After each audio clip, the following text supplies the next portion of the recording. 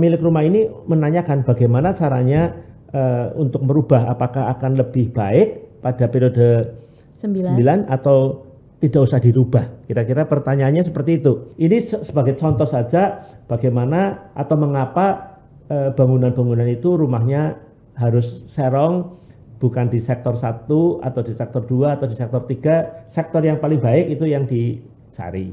Menarik sekali bahwa perubahan-perubahan ini sangat berpengaruh untuk 20 tahun ke depan, dan saya rasa tidak rugi apabila kita mendapatkan, masih bisa menikmati lebih lama. Betul. Jangan merubah setelah 10 tahun kemudian misalnya. Sayang ya Pak, ya sudah setengah jalan. Sudah setengah jalan. Apalagi periode. Kalau ada pengaruh-pengaruh buruk yang akhirnya berjalan dan tidak bisa dihindarkan, tentu saja sangat merugikan bagi para pemakai rumah atau pemakai feng shui pada umumnya. Malah kita menerima nasib yang anggapannya kurang baik gitu ya Pak ya. Banyak.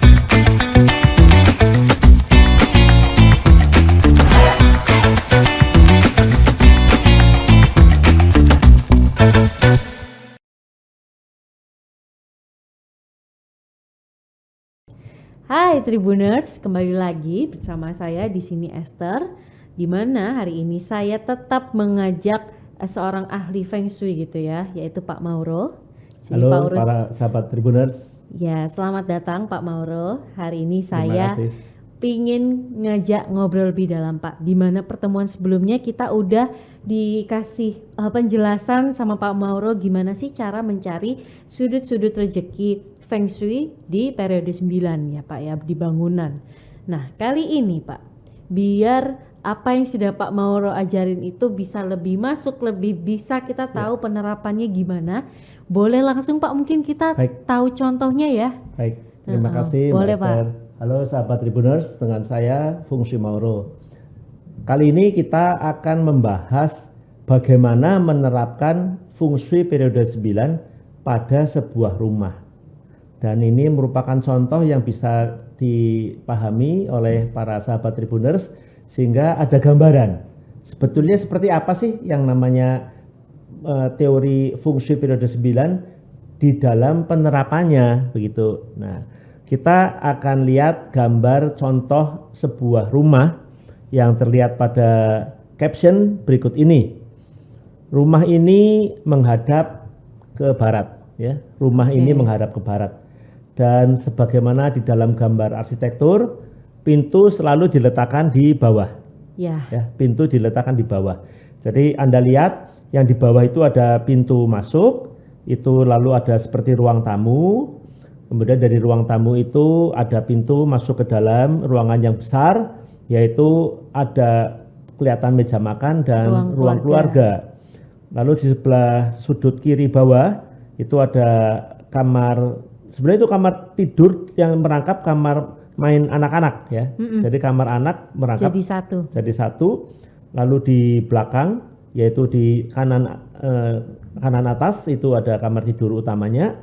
Di sebelah bawahnya terdapat dapur, dan yang paling depan lagi, paling bawah sekali itu adalah kamar mandi dan WC untuk keluar. Jadi ini rumah sederhana sekali dengan 2 kamar tidur seperti yang sahabat Tribuners lihat.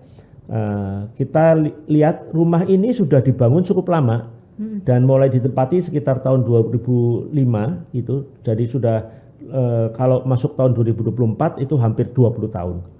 Memang berarti sudah di periode 8 sudah ya Pak ya. 8. Jadi sudah masanya untuk dilakukan beberapa perubahan untuk memperbarui energi di dalam bangunan. Jadi sudah ada niatan untuk merubah itu. Lalu pemilik rumah ini menanyakan bagaimana caranya untuk merubah, apakah akan lebih baik pada periode 9 atau tidak usah dirubah. Kira-kira pertanyaannya seperti itu. Apakah lebih menguntungkan kalau saya ubah jadi periode 9 atau lebih baik tetap seperti ini. Nah, jadi setiap rumah itu tergantung pada arah hadapnya dan pada layout dari ruangan-ruangannya masing-masing, bisa baik bisa buruk. Nah, kita sekarang lihat di sini contoh ini. Kita pertama terapkan pie chart untuk Feng Shui periode 9 hadap barat sektor 2. Seperti terlihat pada gambar, sahabat Tribuners bisa lihat bahwa pada periode 8 pintu rumahnya itu berada di posisi barat di mana untuk periode 8 baratnya adalah double 8. Double Jadi 8. bagus sekali. Bagus sekali. Nah, sekarang kita lihat apabila ini baik sekali, bagaimana untuk periode 9? Nah, kita sekarang tempatkan pola Flying Star periode 9. Ini periode 8 ya, karena tengahnya 8. Sahabat Tribuners lihat tengahnya 8, berarti periode 8. Sekarang pada periode 9, gambar berikutnya, kita lihat dengan arah hadap barat itu pada periode 9, kita dapatkan sekarang posisi pintunya berada di barat. Base star-nya ini 9 ya Pak ya. Base star-nya 9 sekarang. Di barat. Ya. Dan sahabat Tribuners bisa tadi apabila kita melihat pada pertemuan pada movie yang minggu lalu sebelumnya, kita sudah bahas bahwa barat itu yang paling buruk. Nah, sekarang bingung ini pemilik rumah. Waduh, harus diubah. Masuk periode 9 ternyata jadi buruk. Tidak sebagus periode Tidak 8 sebagus periode yang 8. double 8 Ya, gitu ya Pak jadi ya. sudah pasti bagi pemilik rumah ini akan melakukan usaha-usaha untuk merenovasi rumah tersebut sehingga energinya akan lebih maksimal. positif. Nah, lalu kita mempelajari dari pola yang terlihat pada gambar, kan yang bagus kan yang ada 168 pertama, dan 168 ternyata kita lihat di sini ada di mana? Di posisi kamar mandi atau toilet. Nah, lalu kan logisnya begini, apakah pintunya diletakkan jadi kamar mandinya jadi ruang tamu lah katanya begitu. Lalu bagaimana caranya? Nah, kalau begitu bagaimana caranya masuk ke dalam ruangan? Karena berikutnya kan ada dapur dan seterusnya. Jadi tidak semudah yang kita bayangkan. Nah, lalu alternatif kedua, bagaimana apabila pintunya bukan diletakkan di barat daya di posisi kamar mandi itu, tapi di posisi barat laut, yaitu di kamar tidur anak. Jadi pintunya berada di sektor barat laut pada kamar tidur anak, arah hadapnya tetap ke arah barat, dan kita bisa masuk seperti itu. Kita dapatkan di situ ada bintang 6 dan 1 yang merupakan bintang baik, tapi di situ siang-siangnya ada bintang 3, dan jangan lupa bintang 3 adalah bintang percekcokan. Ya. Jadi ini agak repot bagaimana caranya mengubah. Namun demikian sahabat Tribuners juga bisa melihat bahwa posisi kamar tidurnya sekarang mendapat kedatangan bintang 8 dan 1 yang sangat baik ya. Dan bintang double 9 itu berada pada belakang rumah, itu juga cukup baik. Yang paling mengkhawatirkan adalah posisi pintunya tidak lagi benar. Jadi kita lihat apakah itu yang akan dilakukan.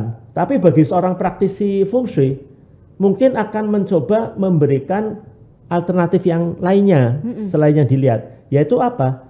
Yaitu kita juga bisa mengubah pintu bukan menggeser ke arah samping kiri atau ke samping kanan, memindahkan pintu ke arah samping kiri atau samping kanan dari muka rumah, tetapi kita bayangkan bagaimana apabila arah hadapnya yang diubah, bukan menghadap ke depan jalan, yaitu hadap ke barat 2, tapi kita serong ke arah yang lain, yaitu ke barat 1 misalnya. Jadi bisa nyerong ya Pak bisa ya? serong. Karena apa? Sahabat Tribuners bisa lihat pada gambar berikutnya, yaitu kita lihat di sini adalah posisi dari perbintangan hadap barat 2 dan barat 1 itu ada perbedaan. Pada barat 2 sektor baratnya terkena bintang 5 dan 4 yang buruk. Tapi pada barat 1 yaitu kita dapatkan double 9 di depan. Jadi kalau kita lihat gambar arah panahnya, yaitu kita lihat arah panahnya di sebelah kiri, kita lihat pada arah panahnya. Jadi kita serong, bukan hadap ke barat betul, tapi agak serong ke arah barat 1. Apabila itu dilakukan, maka pola perbintangan rumah tersebut berubah menjadi hadap barat 1, di mana double 9 bukan di belakang tetapi di depan.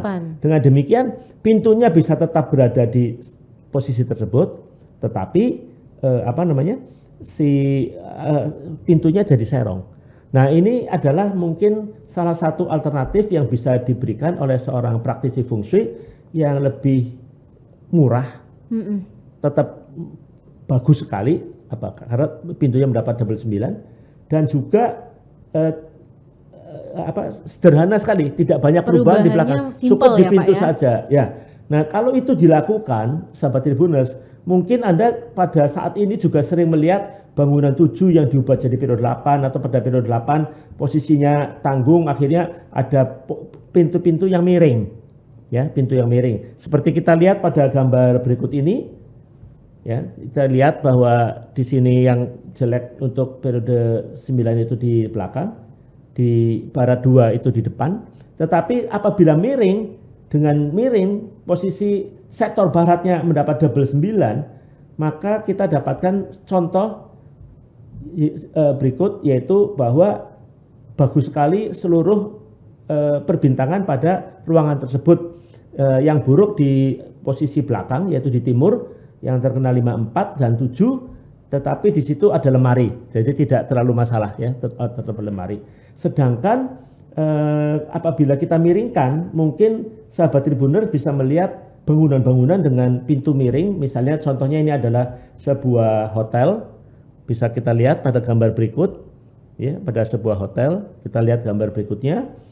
Nah, ini adalah satu contoh bagaimana posisi pintu itu diserongkan untuk mendapatkan konstelasi dari perbintangan yang jauh lebih baik mulai dari pintu depan sampai ke arah belakang. Ya, ini kalau kita lihat dari dalam gambar itu akan kelihatan agak aneh ya, untuk rumah tentu tidak cocok, harus ada solusinya. Kita lihat pada gambar berikutnya ini dari dalam melihat ke luar. Nah, ini lebih terlihat ya Pak ya. Lebih terlihat ini serong. Dan menurut saya tentu saja untuk rumah tidak seperti ini. Pasti ada solusi arsitektur yang lebih indah, tidak seperti bangunan hotel yang kita lihat di sini. Tapi ini sebagai contoh saja bagaimana atau mengapa bangunan-bangunan itu rumahnya harus serong, bukan di sektor 1 atau di sektor 2 atau di sektor 3. Sektor yang paling baik itu yang dicari.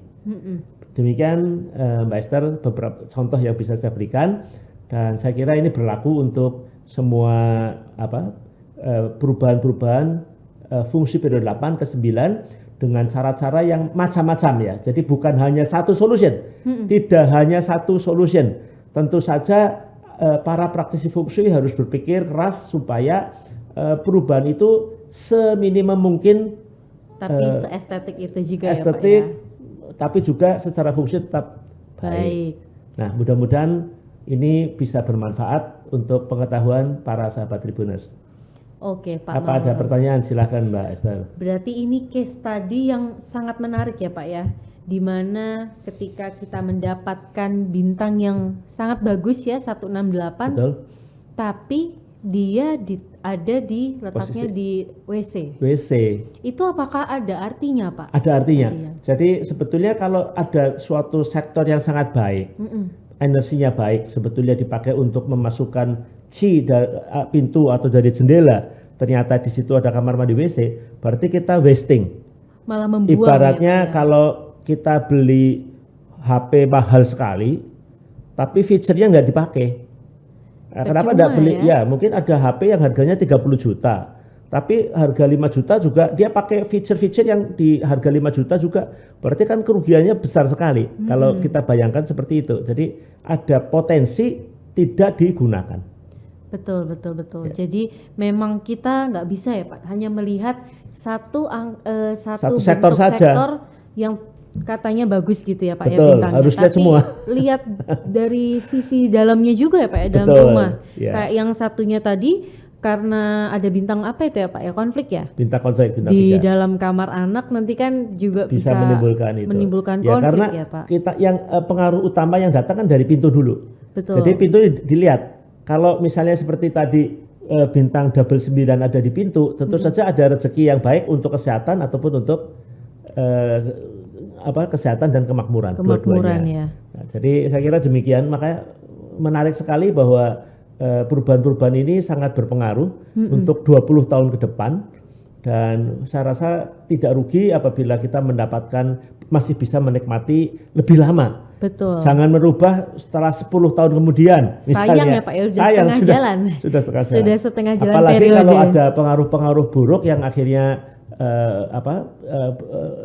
berjalan dan tidak bisa dihindarkan, tentu saja sangat merugikan bagi para pemakai rumah atau pemakai feng shui pada umumnya. Malah kita menerima nasib yang Kurang baik. anggapannya kurang baik gitu Iya, ya Pak ya. banyak kerugian lah istilahnya. Baik. Nah tapi Pak, selama tadi kita ngobrol, saya ada kepikiran case tadi juga Pak. Ini kan buat saya dan juga mungkin Tribuners yang masih baru-baru punya rumah juga masih yang belum terlalu besar, Ya. dan biasanya kan itu ada tingkat tuh Pak. Betul. Bertingkat ya. Nah, bagaimana Pak?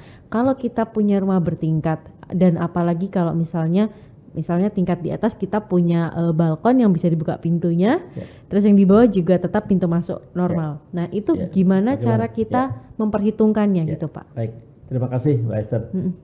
Jadi yang biasanya dimiliki orang itu bukan rumah satu lantai seperti contoh tadi, melainkan rumah itu bertingkat. Betul. Kadang-kadang sampai 3 tingkat. Bahkan sekarang ini ada yang sampai 4 dan 5 tingkat karena sudah ditemukan lift. Pada rumah banyak sekali rumah pakai lift sekarang. Nah, maka sebetulnya polanya pertama tergantung pada pintu masuk utamanya. Itu yang paling pertama. Jadi pola itu misalnya pada rumah tadi di tingkat 2 atau 3 tingkat. Selama arah hadapnya itu adalah ke arah barat 2, pola Flying Star feng shui periode 9 itu tetap berlaku baik untuk lantai 1, lantai 2 maupun lantai 3. Tapi harus diingat, karena kadang-kadang tingkat itu tidak sama luas lantainya. Umpamanya luas lantai pertama dengan kedua sama. Kemudian lantai ketiganya umpamanya hanya separohnya yang dibangun. Maka kita harus menentukan lebih dahulu titik berat dari denah pada lantai tersebut. Jadi kalau untuk lantai yang full di bawah umpamanya kita dapatkan titik beratnya ada di tengah. Kalau yang 2 juga full juga kita dapat di tengah. Tapi kalau yang hanya separuh, ya kalau hanya separuh, maka kita dapatkan lingkarannya itu tidak sama dengan lingkaran di lantai 1 dan 2. Karena titik pusatnya sudah lebih kecil, menyempit ke arah lebih, misalnya hanya dibangun separuhnya, maka kita lihat titik beratnya bergeser. Oh gitu Pak. Bergeser. Jadi pola perbintangannya sama.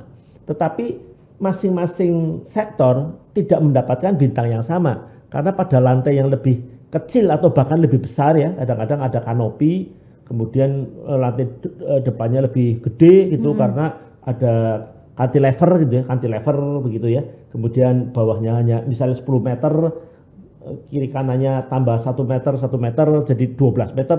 Sama saja caranya, yaitu mencari titik tengahnya pada titik tengah dari lantai yang bersangkutan. Jadi titik tengah dari lantai 1 bisa berbeda dengan titik tengah lantai kedua, bisa berbeda dengan titik tengah lantai ketiga. Oke, berarti harus dilihat satu persatu betul. juga ya Pak ya. Dan pertanyaan kedua yaitu apabila ada balkon bagaimana? Iya. Nah, sekarang begini sahabat Tribuners, kalau sebuah rumah itu kan lantai 1, kedua, ketiga kan nyambung. Lantai 1, kedua, ketiga. Maka polanya tetap sama, ya. Polanya tetap sama. Misalnya ada barat ya barat saja. Tetapi ini berlaku beda untuk lantai pada apartemen yang punya balkon. Ya, betul. Karena apa? Karena antara lantai 1, 2, dan 3 tidak ada hubungan ya, beda, langsung. Pak. Tidak ada hubungan langsung seperti lantai rumah yang sifatnya landed ya, yang ada pada tanah. Jadi kalau itu ada di apartemen, maka yang dipakai itu justru adalah yang balkon. Balkonnya. Jadi seolah-olah rumah itu ditumpuk-tumpuk, dan kalau kita lihat apartemen, ada yang menghadap ke depan jalan, ada yang menghadap ke samping, ada yang menghadap ke belakang. Itu otomatis pintu masuknya tidak lagi menghitung pintu dari apartemen yang di bawah, di bawah, tapi ya, yang dipakai adalah lantai balkon, di mana ada pintu yang ke arah balkon tersebut. Itu adalah pintu pertama. Jadi kadang-kadang pintu pertamanya masuk langsung biasanya living room. Ya. Atau ada juga yang begitu masuk pertama itu adalah kamar tidur. Nah, jadi hadap dari unit apartemen berbeda dengan arah hadap rumah landed. Berarti case by case banget ya Pak ya? Ya, sangat kasuistik satu dengan lain ya. Jadi harus kita lihat masing-masing. Nah, kalau kayak gitu tadi kan sudah ngerti ya Pak ya, kalau di tingkat itu tergantung bangunannya juga, apakah Betul. itu rumah, apakah itu apartemen. Betul. Tapi saya juga mau tanya Pak, apakah kita itu bisa Pak merombak hanya dari dalamnya aja Pak? Misalnya kita nggak bisa renov untuk pintunya digeser dulu. Ya. Nah, apakah perabotan di dalam kayak kita tuh mungkin dibikin terlihat lebih luas atau apa itu Ya. ada hasilnya Pak? Oke, baik, terima kasih. Baik.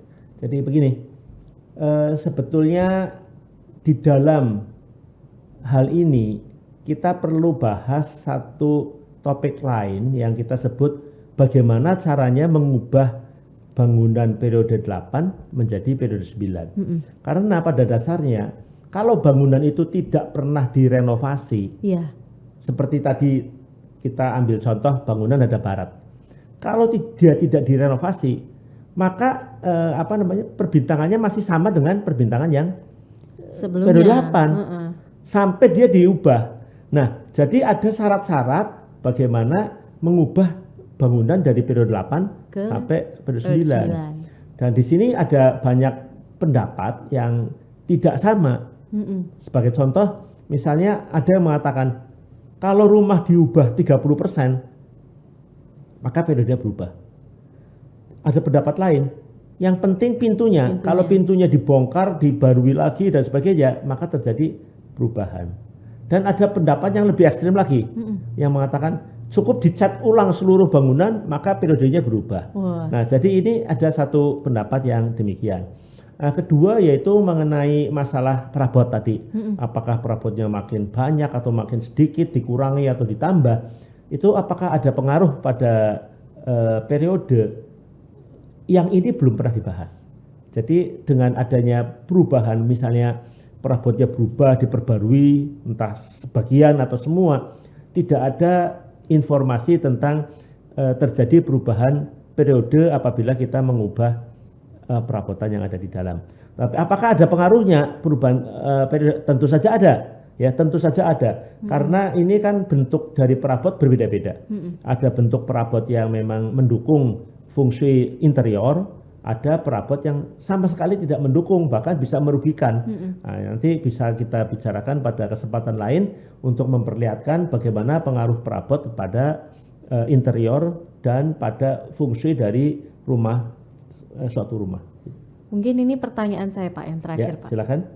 Kalau misalnya nih Pak, di rumah itu ada 2 pintu masuk, Ya. gimana Pak? Satunya terima kasih. di sektor 1, satunya sektor 2 gitu betul. misal. Ya, ini pertanyaan bagus sekali. Sebenarnya jawabannya lumayan panjang. Saya lihat dari dua hal. Pertama, yang jawaban yang sederhana. Di dalam satu bangunan memang tidak mungkin hanya ada satu pintu. Ada pintu depan aja kadang-kadang 2 ya. Pintu samping sama pintu depan.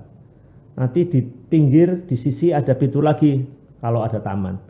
Di belakang ada pintu lain lagi. Dekat dapur. Dapur. Kadang-kadang ada 2. Jadi kadang-kadang pintunya dari yang masuk menghubungkan ke dalam satu rumah itu bisa 2, bisa 3, bisa 4 gitu ya. Jadi yang penting pertama satu, yaitu pintu yang paling lebar, yang menghadap pada space yang lebar. Misalnya menghadap ke jalan, itu yang dihitung sebagai pintu fungsi. Nah, misalnya di belakang atau di samping ada pintu lain, tetapi mungkin tamannya cuma 3 meter atau bahkan cuma 2 meter, itu tidak dihitung sebagai pintu utama. Jadi tetap pintu utamanya ada di depan. Itu. Tetapi tidak heran juga bahwa ada solusi dari bangunan-bangunan feng shui yang menggunakan pintu samping atau pintu belakang sebagai pintu utama. Ya, karena apa? Karena di depan itu buruk sekali. Ya, jadi ada alasan-alasan yang bisa dikemukakan karena memang tidak mungkin membuka pintu di depan karena banyak alasan. Jadi kadang-kadang misalkan saja satu kasus yang saya tangani, sebuah restoran kebetulan panjangnya tanah itu sampai 100 meter dan posisi depannya itu ruwet ya, tidak menarik sebagai artinya bisa mengundang Qi yang buruk karena depannya tidak kurang bagus suasananya, tapi di belakang bisa dibentuk satu taman yang indah sehingga sebetulnya sepertinya bangunan itu menghadap ke depan ke jalan, tapi sebetulnya pintu fungsinya ada di belakang. Ada di belakang. Itu menghadap taman yang sangat baik. Jadi depan itu kita sebut pintu formal. Formal itu artinya lazimnya pintu, tetapi yang pintu sering dipakai itu adalah yang belakang. Jadi semua pengunjung masuknya dari belakang bangunan itu, maka pintu itu bukan pintu depan, tetapi pintu di belakang, atau bahkan pintu di samping. Jadi memang sifatnya kasuistik, tetapi intinya satu kita lihat pintunya yang paling lebar. Dua, kita lihat ke depannya apakah ada ruang yang lebar atau tidak. Gitu. Yang ketiga yang paling sering dipakai. Nah, keempat yang sifatnya terbuka, yaitu misalnya banyak sekali sisi-sisi dengan jendela yang pada dinding di mana terdapat pintu ada jendela yang sangat besar sekali, sehingga merupakan orientasi daripada bangunan tersebut. Jadi pertanyaan ini menarik dan seringkali menjadi keraguan-raguan dari banyak pemakai feng shui yang mengatakan sebetulnya pintu saya ada di mana? Di samping atau di depan begitu. Jadi tapi memang sebetulnya lebih jelas apabila kita melihat kasus demi kasus. Iya Pak, saya tuh malah jadi kepikiran lagi ya, mumpung kita masih diskusi Pak ya, masih ada waktu. Mungkin saya punya nih Pak, rumah teman saya biasanya itu dia punya pintu lebar nih, yang 2 pintu menghadap ke jalan. Kemudian di sampingnya di sini ada garasi, di mana garasi itu ada tutupannya juga Pak, yang bisa dibuka tutup itu ya. Tapi di dalam pas masuk garasi ada pintu menuju ke rumah. Nah, ketika sehari-hari mereka biasanya pakai pintu garasi. Nah itu pintu garasi yang panjang itu Pak yang bisa dibuka lebar, atau yang pintu samping yang nempel sama rumah. Betul, terima kasih. Ya, betul. Ini zaman dulu kan tidak ada mobil ya, tidak ada garasi. Jadi perhitungan feng shui itu selalu mengatakan pintu itu pintu depan itu maksudnya bukan pintu garasi. Tapi dalam kenyataannya ada garasi dan seringkali pintu yang benar-benar kita sebut pintu masuk depan malah tidak pernah dipakai. Ditutup terus. Selalu dipakai adalah pintu garasi. Nah, dalam hal seperti ini tadi sudah saya katakan, satu, pintu yang paling lebar, dua, yang paling sering dipakai. Jadi kalau yang sering dipakai itu adalah garasi, otomatis pintunya adalah dari garasi. Tapi tunggu dulu. Bagaimana layout ruangan dari garasi menuju ke dalam rumah? Sebab ini juga penting diperhatikan. Sebab bisa saja, misalnya garasi itu begitu masuk, itu belakangnya langsung taman. Jadi sebetulnya garasi itu tidak menuju pada rumah, tetapi garasi itu menuju ke belakangnya taman, atau di sampingnya ada taman. Jadi garasi masuk, ada taman di samping rumah, dan di samping rumah itu ada pintu menuju ke dalam rumah. Jadi pintu yang dipakai misalnya itu adalah pintu dapur atau pintu ruang makan gitu ya, di tengah-tengah. Dan pintu itu yang sering dipakai, keluar lewat pintu dapur atau pintu ruang makan, lalu baru menuju ke garasi. Jadi garasi itu sebetulnya bukan pintu, perantara aja, hanya perantara untuk menuju kepada pintu samping. Nah, pintu samping itulah yang sering digunakan. Nah, jadi saya kira memang menarik sekali pertanyaan ini, dan jawabannya sangat kasuistik tergantung pada kondisi masing-masing dari rumah tersebut. Rumah dan sekelilingnya, tapi ya, Pak. Betul, yang paling penting itu tadi, kadang-kadang ada pintu utama tapi malah tidak pernah digunakan. Gitu.